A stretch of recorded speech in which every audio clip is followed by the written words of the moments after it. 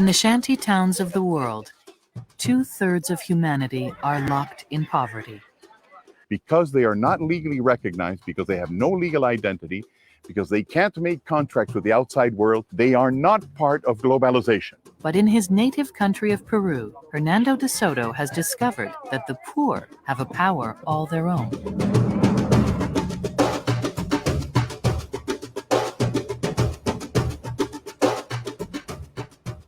Funding for this program has been provided by the John Templeton Foundation, serving as a philanthropic catalyst for discovery in areas engaging life's biggest questions.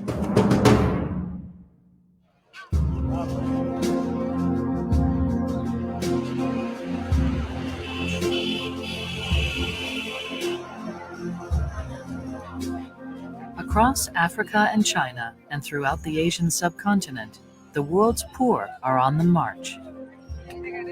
By the millions, they are migrating from farms to cities in search of a broader marketplace and better choices to make a living. But at the end of the road, most will remain shut out of the global economic mainstream, living and working outside the law, denied the tools with which to improve their lives. In this informal, extra-legal world, they have no identity, no legal right to own property or obtain credit. In Peru, millions have settled in shanty towns surrounding the capital city of Lima. The overwhelming majority of these people came and moved to be able to be part of the capitalist system. That's where they saw the glitter, that's where they saw the gold. And if they're not able to enter, they will say that the system has failed them. They will then start believing those prophets, those ideologues, who say that capitalism is only reserved for very few. Peruvian economist and author Hernando de Soto has spent decades investigating the economics of the developing and post-Soviet world. Here in Lima, Peru, de Soto has created and heads the Institute for Liberty and Democracy, the ILD. The ILD's mission is to help developing nations give the poor access to the business and property institutions that will allow them to participate in the global economy. International organizations such as the World Bank are implementing Hernando de Soto's ideas. And at the United Nations, with former American Secretary of State Madeleine Albright, de Soto co-chairs the Commission on Legal Empowerment of the Poor. The one business is precisely to provide the poor with tools. 4 billion people in the world are locked out of the capitalist system and the rule of law that governs it. And it's not because they don't want to come in. There are entrepreneurs all over the world. It's because they're locked out. The problem is that the gates are hard to see. They're not as obvious as this one. Lima, Peru, the early 1990s. A violent terrorist organization is overrunning the country, murdering at will. They call themselves the Sendero Luminoso, or the Shining Path. Their goal is to bring down the government, and anyone not with them is a target. Their foot soldiers are recruited among the poor and disenfranchised, and there are thousands of them. One man is a special target. He and his colleagues are seeking ways for the excluded majority to participate in the system. His weapons are ideas that could cost him his life. If we were being bombed, if we were being machine gunned, that meant that we were actually having an impact with our program. At the heart of this story is an amazing informal, extra-legal economic system that holds the untapped power of the poor.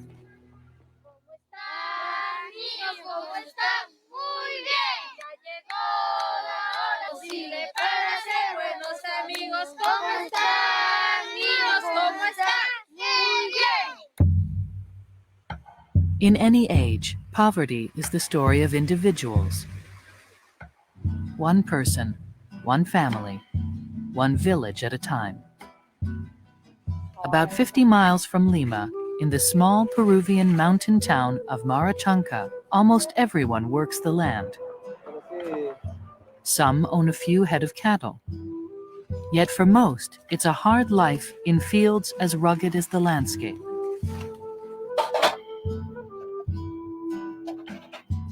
Today, Lucy Chinche, her daughter Yelena, and her husband Yoel will leave the only home they have ever known to begin a journey they pray will change their lives.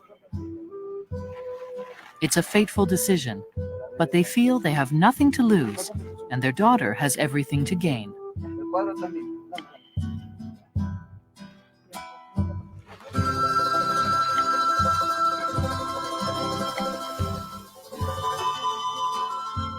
We all talk about a global economy and a global world.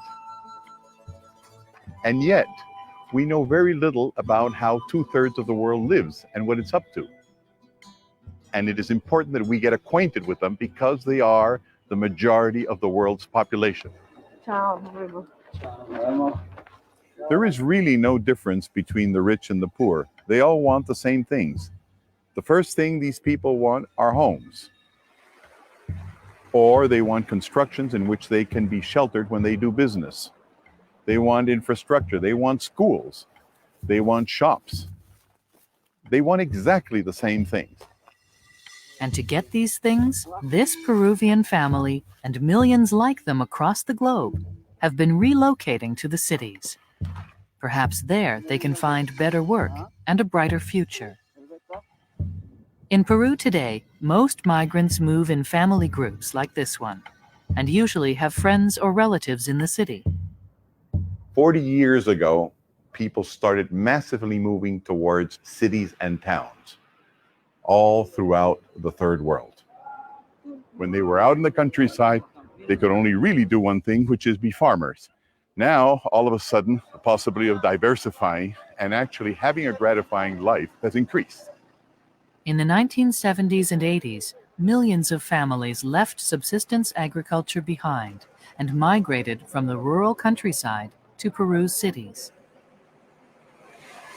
Because when they begin to get together, some of them will eventually be able to be dentists, other policemen, other school teachers. They'll be able to specialize. Yoel, Lucy, and Yelena Chinche are not alone. They are part of the greatest human migration in world history. Each year, millions of people move from the countryside into the major cities of the developing world. Lima grows by 130,000 people, and Mexico City by 170,000. Each year, Jakarta expands by 410,000, and Dhaka grows by an astounding 480,000 people. In China, every year, 8.5 million peasants move into the country's already teeming cities. And the urban populations of Asia and Africa will grow as much in the next 30 years as they have since the beginning of history. In an unstoppable flow of humanity, the world's cities are growing by 1 million people a week. The poor are no longer isolated.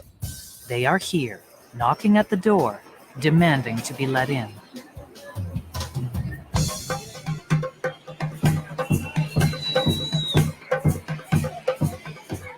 They've migrated. This is where they want to be. This is where they realize subconsciously that the division of labor is going to work in their favor. And either we give them a stake in the game, or they're going to bring down the existing game as many times as necessary until they're able to participate in it.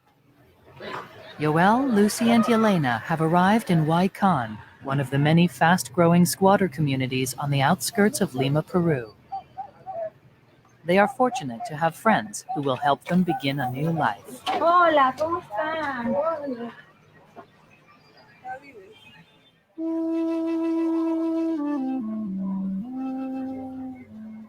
Like most migrants to Lima, they will begin here.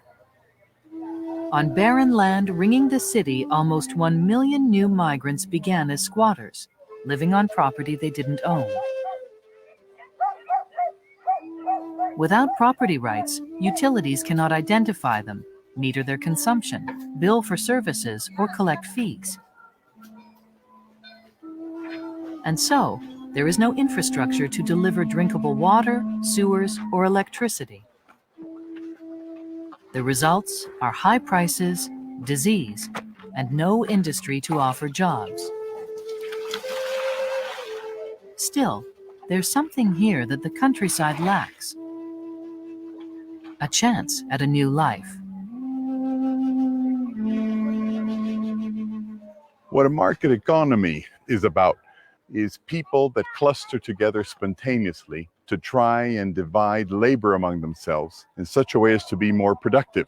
They get together like they're doing here. First of all, very precarious huts, as you can see, that eventually one day will become houses, like houses anywhere else.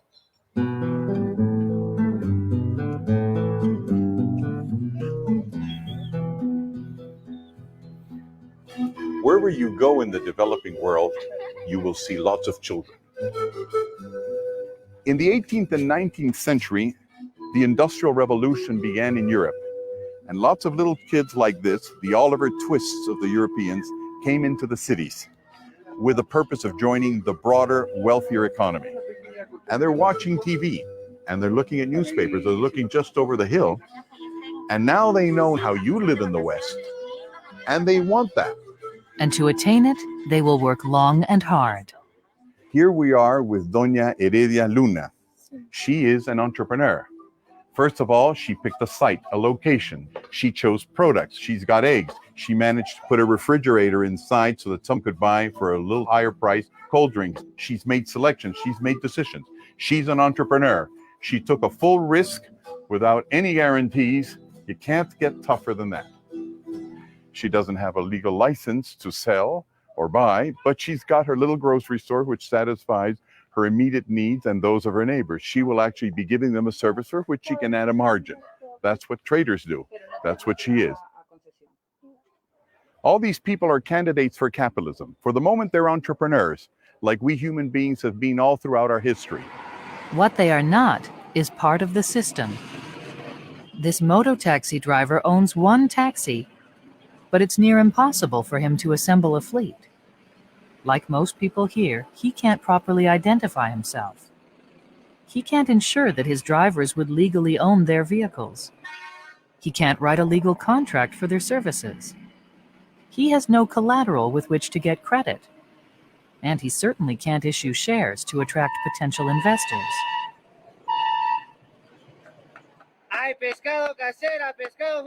Why are most entrepreneurs destined to remain small? Why is it so difficult to grow a business in most parts of the world? And why is it so difficult for local entrepreneurs to connect with the rest of the world? A lawyer friend of ours in Lima told us, the law is not a problem. Hernando, we've set up a small company for you in about 30 days. So I had two conclusions possible. One is that the poor people of Peru are definitely dumber than I am. And the other thing is that the system may apply differently to the poor than it does to people that are savvy like me and know how to deal with lawyers and have got a cousin and a friend who's in this ministry and presence. And so, to test the system, De Soto and the ILD attempted to set up a small sewing shop within the legal economy. And put 4 students under the supervision of a mature lawyer to go out and comply with all the legal requirements to have those sewing machines operate as a shirt-making factory, a little sweatshop. And it took them 289 days. 289 days. The students had followed government rules exactly, and the ILD had documented their efforts. It took them more than 9 months just to get permits to start a business. Further research uncovered more problems, especially for people trying to get title to their property. It took them on average 6 years and 207 procedural steps to secure title to their land. Obviously, if poor people and the excluded have migrated towards the cities and the towns, it's because they want to be included in the system. But they haven't been able to be included, among other things, because they found a large paper wall that obstructs their entry. In other words, the legal systems are simply unfriendly to poor people. They want to participate, but they can't, because participating means being able to make safe contracts with everybody, being able to get credit, having an identity that will be recognized on a broad scale throughout the world, and having the possibility to organize production so that they can enter foreign markets. They can't. And so, in desperation, poor but resourceful people all over the world, excluded from the rule of law, have created simpler and separate local, extra-legal systems of their own. In which there are substitutes to all of the things that modern law in the West would have. What's the difference between illegal and extra-legal? Illegal is criminal. It goes against the written law and against the will of the people. Extra-legal goes against the written law, but has a support of the people. Illegal is Jesse James. Illegal is Al Capone. Extra-legal is the Boston Tea Party. Extra-legal is Paul Revere. In the extra-legal economy of the developing world, people live on land that is not titled and run businesses that are not registered. They operate informally, outside the formal written legal system, but within their own system, using their own rules. Very specific ones on how to hold on to property, how to differentiate between owners, how to make contracts, how to enforce contracts, how to give credit, how to respect families, how to create family. Here in the extra-legal economy of humanity is where you have the highest concentration of entrepreneurs. They're also the world's biggest market. We need them as much as they need us. When Hernando de Soto founded the Institute for Liberty and Democracy in 1979, its mission was to investigate how the informal, extra-legal economy worked, and to propose legal reforms that would enable the excluded to enter Peru's formal economic system. At about the same time, a former philosophy professor named Abimael Guzman was transforming the Shining Path from a student-based intellectual organization to a violent communist guerrilla movement. Both Guzman and De Soto were looking to change the system, one with violence, the other with ideas. De Soto fielded teams of young researchers and lawyers. They combed the streets and back alleys of Peru's shantytowns and rural villages. They measured the number of people and businesses that operated outside the legal system and identified the specific obstacles to the creation of an inclusive market economy. Today, the ILD continues its work in Peru. Almudena Fernandez is a research economist at the ILD. What's been really surprising is that everywhere you go, even in the poorest neighborhoods, you find people that are businessmen and businesswomen in every sense of the word. You have businesses that are running, that have extended their operations, that are contracting with other businesses. So people we find are business people, many times to a very small scale because they don't have the mechanisms to become larger. ILD researchers find out firsthand how extra-legal transactions are conducted, how records are kept. And try to understand how is it that they're making their own institutions? How is it they're enforcing their contracts? They've found that most businesses and property are not protected by business and property law. Going out into the field and meeting some of these people, you truly understand that it's not a matter of being lazy or because their culture doesn't drive them to become wealthier. It's just that they're faced with very strong difficulties and opposition. And it's not just the few who are faced with these problems. ILD research indicates that in most developing countries, the extra-legal community represents the majority of citizens. What you can see behind me in those buildings, in the high-rises, in the glass structures, are what is the minority in any developing or former Soviet Union country. We're the westernized people. We live very much like most of the citizens in the North Atlantic, in the developed countries of Asia. But in fact, we are a minority. The majority of the people work and live outside the legal system. De Soto and his team found that an astonishing 98% of all businesses in Peru were extra-legal, as was 88% of all rural property. Extra-legals had constructed 7 out of every 10 buildings. They had run almost all of its public transportation system, and built and owned the vast majority of Lima's markets. While some criticize ILD statistics for a lack of academic rigor, it's generally accepted that in the 1980s, the vast majority of Peru's citizens lived outside the law, in the informal sector. And UN statistics support the ILD's assertion that such extra-legality is common throughout the developing world. You add up the bus drivers, the street vendors, the people who are building without authorization to do so. Those that are excluded from the system are the overwhelming majority.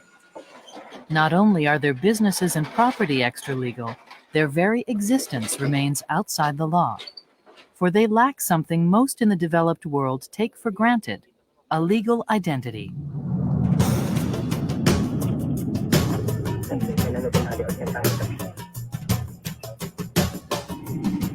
De Soto is in constant motion, often visiting 4 or 5 world capitals in a single week. Here at the airport in Lima, he is a familiar figure. Yet his physical presence is not enough. I have with me a passport that establishes my identity. Now, one would ask why, because I'm known in my country. I come to this airport about once every 2 weeks. But my identity is not contained in my person. My identity is in a document. So I brought in my Peruvian passport. And what the lady at migrations will do, or the gentleman at migrations will do, is actually check who I am by looking at this passport. The agent knows De Soto. She sees him often here and in the news. But that's not enough. Back home, they'll know me because of my smile. They'll know me because of the way I walk, because of my gait, the way I look, the size of my teeth, the fact that I have no hair. But here at the airport, none of that counts. In the wider world, everyone who travels needs a standardized legal document. It has the power to verify the owner's identity to strangers anywhere. Because passports and airports are about relationships. And the only way you can establish a relationship, which is an invisible thing like an identity, like property, is by actually putting it on paper. No documents, no globalization. I can't even get around in my own country. To live without documents or deeds is common for most in the developing world. But neither words nor statistics can describe how it feels to be extra-legal. Living outside of the laws and protection of formal society can be demoralizing. This exclusion may be felt most strongly in the countryside, where subsistence farming and the lack of property rights have long isolated Peruvian farmers from the broader society.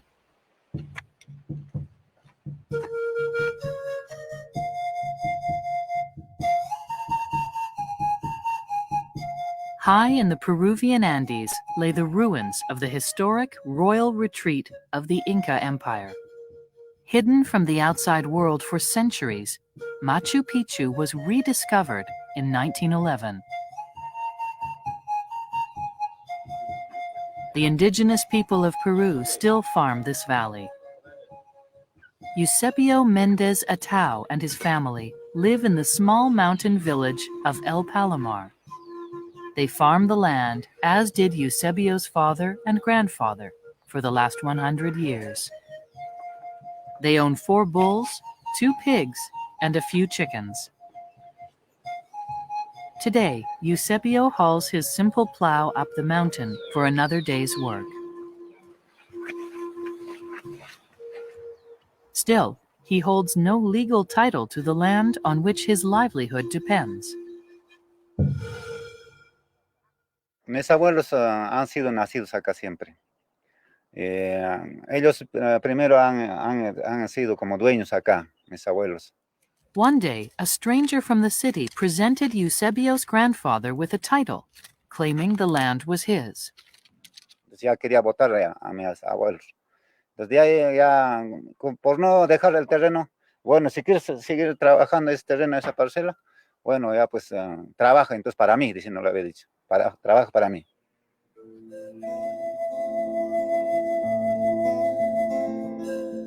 Over the centuries, this sacred valley of the Incas has had many owners. Stretching more than 2,000 miles, the empire once controlled the land from Ecuador to southern Chile. Inca kings extracted tributes from local farmers until Spanish conquistadors conquered the land in the 16th century. Since then, Peruvian governments have often dictated land ownership. As a boy, Eusebio had only one option: to work for the man who had claimed ownership of the land. Todo el día tenía que pasear su oveja, entonces mi papá también tenía que trabajar. Triste era, ¿no? La situación a veces no puedo recordar, porque triste ha sido mi sufrimiento. A veces cuando se perdió una oveja así en el cerro, a veces el zorro, el puma así se lo comía y a veces no me daba cuenta, como era hartos. Entonces ahí me descuentaba. Entonces. Life is still difficult today. Eusebio rearranges stones in the mountain stream to let the water run through the trenches he has dug.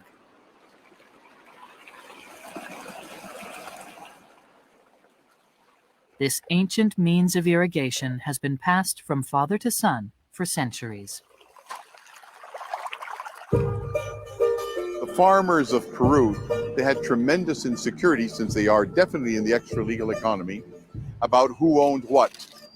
It sounds like it isn't much, but giving them a property title is immense because it's all about their livelihood.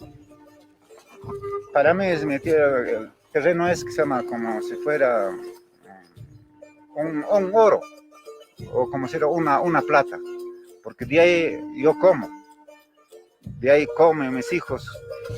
In 1969, the Peruvian government took the land from the large property owners. But instead of distributing it to individual farmers, they established cooperatives, and no individual was allowed to own the land. Once again, Eusebio had only one option. To stay on the land, he and Zenobia would have to work for the cooperative, whose directors were appointed by bureaucrats in Lima. Entonces seguíamos, peor que los hacendados nos explotaban, los dirigentes también. No era sueldo, sino salario nomás era. Diario $1.50, o mucho más, pues, para ellos. Ellos sí tomaban cerveza cuando viajaban al Cusco, ¿no? Por ejemplo, los dirigentes tienen hasta ahorita su casa, su carro, ¿no? Tractores que tenía la cooperativa se lo han vendido ellos, y eso lo tenían que poner en el banco de la plata, y ellos se gozaban con eso. In this small mountain village, no one has ever seen title to their land, yet they have worked it for generations. In the 1980s, their desperation made them easy targets for the Shining Path, promising a Maoist vision of equality. One of the principal reasons of its strength was the fact that it protected the property of the poor. The poor not having their assets recorded in the system, then accepted the Shining Path's offer to have them protected. Eusebio Atao's only asset is the land, but without legal title, he cannot get a loan to buy more seed or more land. Without legal title, he cannot borrow to educate his children or improve his home. And without legal title, he cannot benefit from the sale of the property. Nor could his father or grandfather. Había desesperación. Como te digo, en mi sueño, yo quería ver siempre el título, pero con ese sueño siempre me despertaba en la tarde, en la mañana, en la noche, igual era para mí. Like Eusebio Atao and the farmers of the village of El Palomar, the extra-legal citizens of developing and post-communist nations worldwide lack credible documents or legal rights. They can't prove who they are to people they don't know. They can't prove that the house they live in or the land they work on is theirs. They can't buy and sell beyond family and neighborhood, can't get affordable credit, or will their assets to their children. They can't count on the police to protect their property. And in the case of a national disaster, they will lose everything. To be poor is to be assaulted by impossibility. If you are able to indicate that they can work their way and create wealth in a generation, 2 generations, or 3 generations, they'll go along with that because it's a good rule of the game. But if they find out that the legal system impedes them to even dream about it, they're going to get very angry. So we've got to understand that either we quickly make capitalism friendly to the majority, or that majority will find an alternative ideology, as it always does. It could be called communism, it could be called fascism, it could be called Al-Qaedism, it could be called castrism. It'll find an alternative because people are governed by ideas. In Peru, that alternative took the form of the Shining Path. By the 1980s, support for the Shining Path had grown, and through a campaign of assassination and intimidation, it now controlled vast areas of the Peruvian countryside. Don't be fooled. People don't get violent because they're poor. Poor people are pretty meek and humble. People get angry and violent, and terrorism grows when people feel excluded. The Shining Path vowed to tear down the system from the outside. The ILD was working to reform it from within. For Julia Pomabaca, the owner of this grocery store, to go legal, the law would have to offer more advantages than disadvantages. It would mean that not only would she be given a license to operate, authorization, but that license should bring with it additional law that allows her to mortgage her home, that allows her to have access to credit. It's got to make sense. The law doesn't come simply because people want to be legal. The law comes because being legal is better than being illegal. Hernando de Soto knew that there were ways to bring extra legals into the system. He believed that business and property reforms were of paramount importance. He had learned the principles long ago, in another time and place.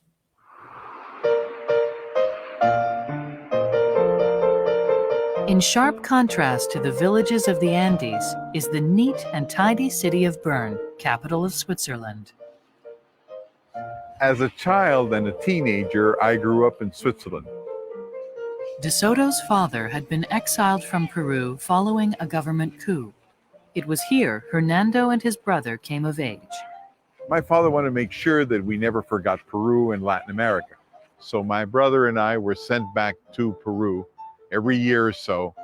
It was called the Peruvianization of the boys. But it was only much later on, 17 years old, 18 years old, that I began realizing that it wasn't just that buildings were painted in different colors, but that Peru was actually a much poorer country than Switzerland. But in the 1800s, Switzerland was one of the poorest countries in Western Europe, with few natural resources and an agrarian economy. Just 100 years later, Switzerland had become one of the richest. And it struck me because I never found that there was any cultural or intellectual difference between my cousins back home in Peru and my friends here in Switzerland. And now I started wondering, well, what makes prosperity if it isn't good people? Something invisible was missing, and I had to find out what it was. De Soto's quest started with Swiss history. In the late 19th century, Switzerland was a loose federation of independent regions, each with their own codes and laws. The only way you can bring a diverse people together is by creating bridges between the different codes, the different practices, so that the whole nation could follow one rule of law and have one legal system with which to contract and create prosperity. What the Swiss lacked, De Soto discovered, was a way to integrate the French, German, and Italian systems into one Swiss system. They needed a legal bridge between old and new. For a legal bridge to serve its purpose, to actually link people from all sides, it has to, first of all, be anchored in the customs and the practices of real people. It's got to have solid foundations. It needs to be sufficiently well articulated so that it's not going to crack with all the problems that come with time. And thirdly, it's got to be wide enough so that everybody can cross it. It can't just be for a few people. Peru languished for the next 100 years. But in Switzerland, one man would develop a legal code that would propel it into the future, a future that included everyone. Here he is, Eugen Hubert, the man who literally changed Switzerland. He changed the rules of the game and allowed it to move from a backward to a very forward-looking economy. There he is among the weeds. I don't think that many people in Switzerland know the name Eugene Huber. Daniel Giersberger is a professor of law at the University of Lucerne. He was in some way a genius who was able to draft a 1,000-article code all by himself. He rooted the new law in the social contracts and customs that people already used. Das Gesetz muss aus dem Gedanken des Volkes gesprochen sein, or in English, the law must be spoken from the thoughts of the people. For Eugen Hubert, the source of the law was the voice of common people. And for him, it was also important that the law be simple enough to be understood by a common citizen. The new civil code that Huber wrote at this desk standardized the rule of law in Switzerland. He didn't invent the law. He didn't go to talk to a whole group of university professors to find out what they thought order should be like. He went to the grassroots to find out what people actually did, how they reached deals among themselves, what they understood to be the truth, what they believed in. Eugen Hubert did that and converted Switzerland from a relative poor country to a relatively very rich country. Little did Hernando de Soto know that he would transport this bottom-up, all-inclusive approach to the law back to Peru, where it would become a critical element in the widening battle with the Shining Path. In 1992, the terrorist activities of the Shining Path exploded on De Soto's doorstep. This peaceful and quiet Lima neighborhood became the center of the deadly firestorm that engulfed the nation. The Shining Path terrorized Peru. One of their favorite weapons was the use of car bombs. They placed them in the building of Tarata behind me, which was totally devastated, and dozens of people were killed.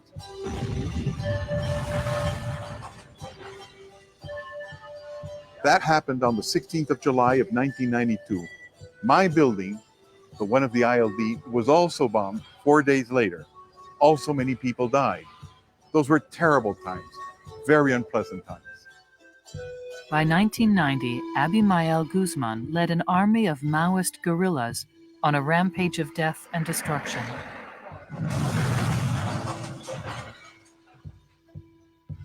Guzman assigned a squad of terrorists to assassinate Hernando de Soto.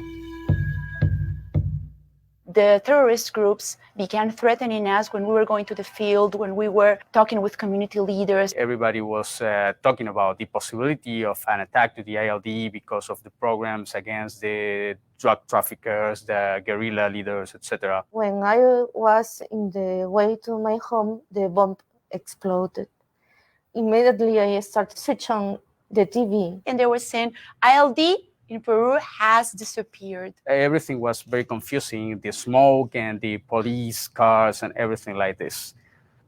Aside from the sorrow about the dead and the wounded, was actually a sense that we were accomplishing something. I mean, if we were being bombed, if we were being machine gunned, that meant that we were actually having an impact with our programs. Otherwise, why would they choose us? Because De Soto and the ILD openly took on the Shining Path, and their years of research were beginning to have an impact. One surprising revelation stood out. It seemed the poor controlled far more assets than anyone had thought possible. What these poor people have here doesn't look like much, but the total value of their homes in Peru is about $80 billion. De Soto and the ILD's estimate of $80 billion was only for informally held or extra-legal real estate. They now believe that the figure worldwide might be as much as $10 trillion.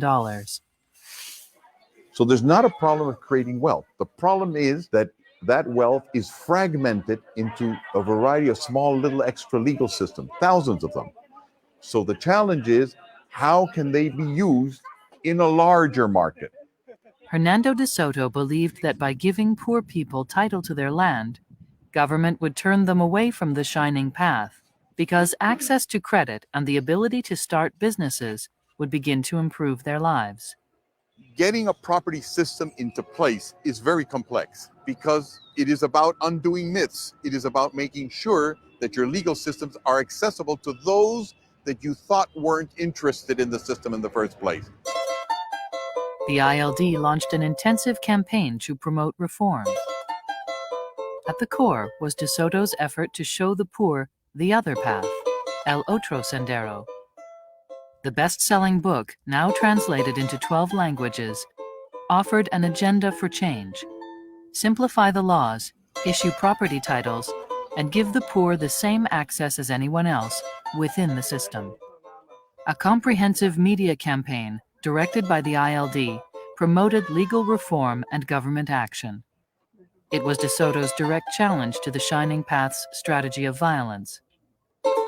Guzman countered that De Soto's book and the ILD campaign was attempting to trick the poor into being happy developing their own businesses rather than fighting a revolution. The ILD had become the voice of the poor. To make sure everybody understood what our program was about, we put advertisements everywhere. We summarized our arguments into pictures, into slogans. The high-profile national debate reached millions of Peruvians.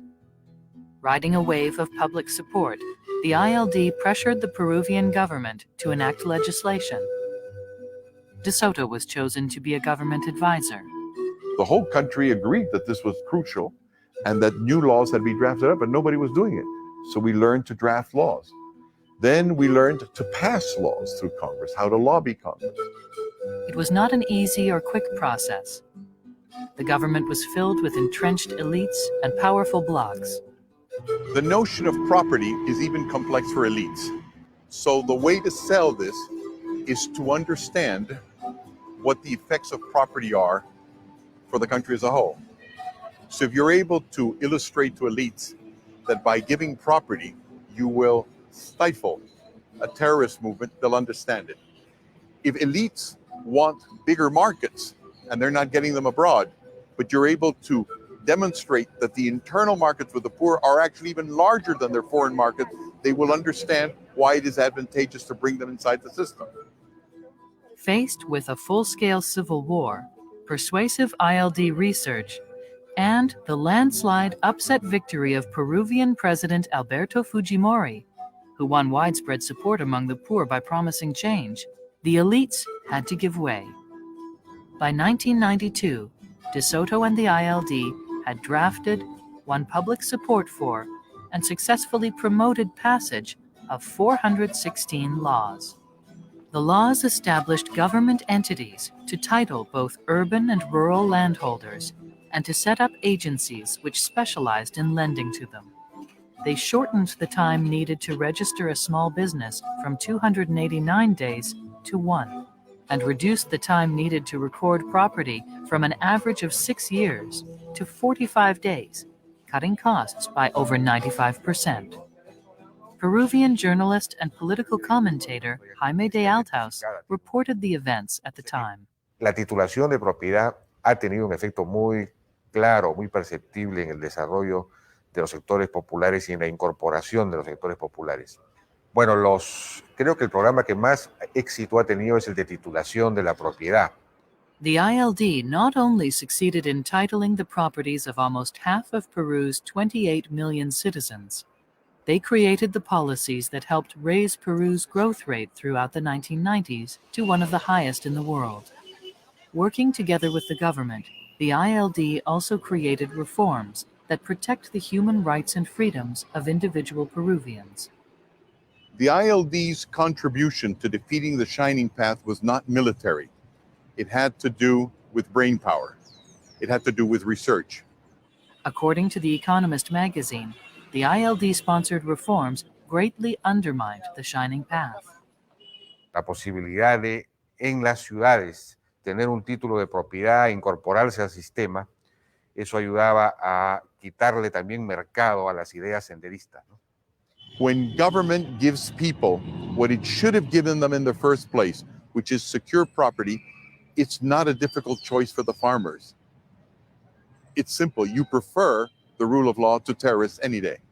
And so, the Shining Path lost the war. The assassins were captured and tried, and Abimael Guzman was sentenced to life in prison for his crimes. Peru emerged as the only country in the world to defeat its homegrown terrorists both politically and militarily. There is still much to do, but reforms have produced undeniable results.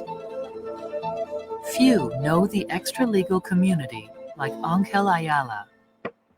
Trained as a lawyer, he has worked in the field with Hernando de Soto and the ILD since its inception.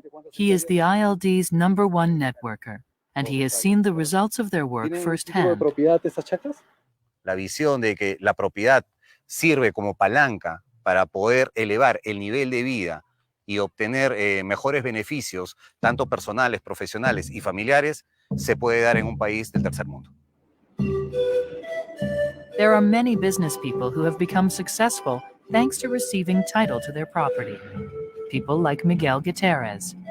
Desde niño siempre pensé, soñé ser algo, tener algo. Like so many others, he left rural poverty behind to move to Lima. His first job was delivering gas cylinders on foot. Next came a wheelbarrow, and then a delivery bicycle. Soon, he was able to buy a small piece of property in a shantytown. Posteriormente a eso, el señor Miguel Laura da como garantía este lote de terreno ya titulado por $4,000, lo que le permite comprar de segunda mano una camionetita. The station wagon led to a truck, and today, Miguel Gutierrez owns the third largest LP gas company in Lima. But it didn't happen overnight.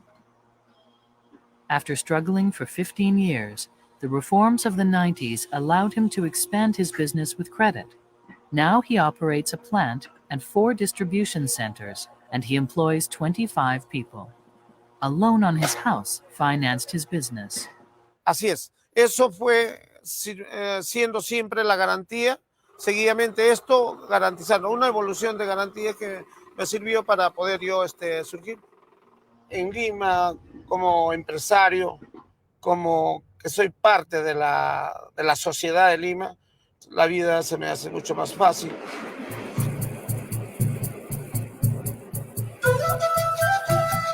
In the center of Huaycan, the change is visible. It has been just 20 years since the first squatter shacks went up, and now there are businesses of every description: hardware stores, markets, shoe stores, food vendors, street merchants, and on almost every block, there are internet cafes. And in the industrial area of Huaycan, new businesses are emerging everywhere. Enrique Mauro operates a 3-story ceramics factory.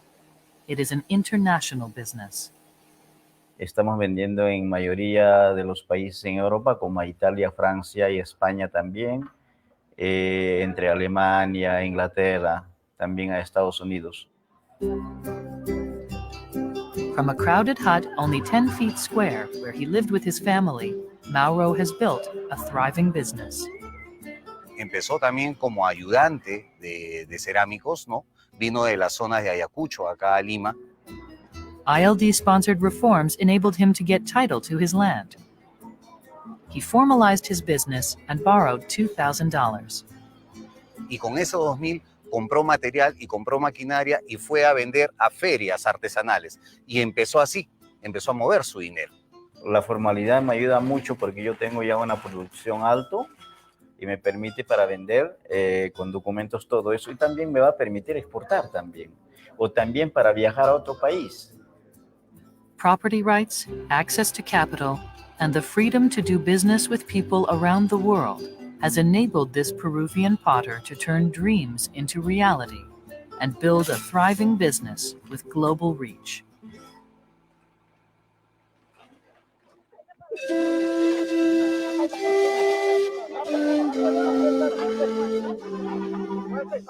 Today, the mountain village of El Palomar is preparing for a very special ceremony, and Eusebio Atau is at the center of things.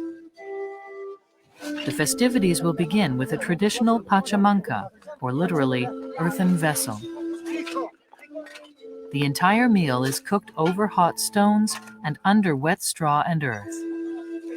A feast like this is reserved for a celebration. And today is a day to celebrate. Hay que disfrutar. It's taken longer for land reforms to spread deep into the Peruvian countryside. But today, the people of El Palomar will receive legal title to their land. Pues después de muchos años de trabajo, estas personas van a poder tener sus títulos de propiedad. Lo más importante para ellos es ser reconocidos como propietarios delante del Estado y también delante de las instituciones públicas, como son los bancos, las pequeñas cajas rurales y otras organizaciones que dan crédito. With a signature or a fingerprint, it becomes official. Evangelina Huamanqui Yahuamán. Evangelino. Years, often centuries of waiting have come to an end. Con este documento, el conductor del predio se siente reconocido ante la sociedad y ante el Estado como legítimos propietarios de la tierra. Asimismo, con este documento podrá obtener créditos, con este documento podrá dejar en herencia lo que es su propiedad. Manuel Huamán Uscameita. Con este documento podrá hipotecar y hacer 1000 cosas como legítimo propietario. Con este título de propiedad podemos sacar créditos y también tenemos facilidad para sacar más que todo, ¿no?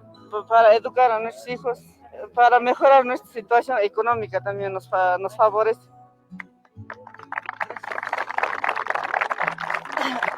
Alegre, contenta ahorita como un que está fatigando, que llama uno, ¿no? Al ver el título. Yo tengo 47 años y recién veo mi título, ¿no? Mis papás ya se han finado ya, pero ellos ya no han visto ya. Gracias. Gracias.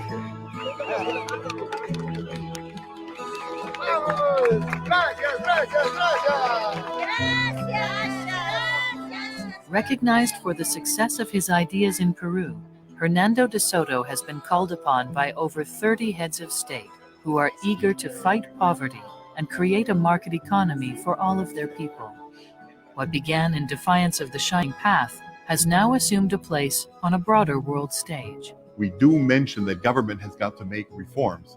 He is promoting his recipe for change to developing and former communist countries around the globe. These people are the engine of growth. Without hardly any assistance from the outside world, they are changing slums into cities. It's these people that produce the wealth. While many Peruvians remain trapped in poverty, the country has undergone a transformation. Almost half of its citizens now own title to their property. Peru's average growth of 4.75% over the last 15 years is greater than most of its Latin American neighbors. And according to the ILD, Peruvian families have obtained over $800 million in credit and increased their personal incomes by over $4 billion. Some who study and work in the developing world challenge De Soto. They say that property rights and business law will not transform all cultures, that in some cultures, the basic concepts of capitalism are just alien. For ages, we've been told that we are different, and it is true. We have cultural differences, but we are all looking for the same thing. We have families, we want to give them homes, we want to do business, we want to create prosperity, we want to have security. Others say that systemic reforms alone are not enough, that positive change will require many programs working together. De Soto agrees. Creating the rule of law the way we do is, of course, not a silver bullet. Development is very complex, like life itself. You've got education that's involved. You've got health that's necessary. You've got enforcement that is all part of it. But if you do not have an order that tells you who owns what, who is where, and who's accountable for what, none of the rest work. Hernando de Soto has seen firsthand what can happen when the power of the poor is unleashed, when ordinary people have identity and ownership. In the turbulent world that bridges the 20th and 21st centuries, he has discovered an essential truth, that ideas are as important as concrete and steel, and in the end can triumph over bullets and bombs. Hernando de Soto has discovered the power of the poor. One of the things I love about coming back to Peru is that this is entrepreneurship at its best. This is what happens when people are helped by law instead of being obstructed by law.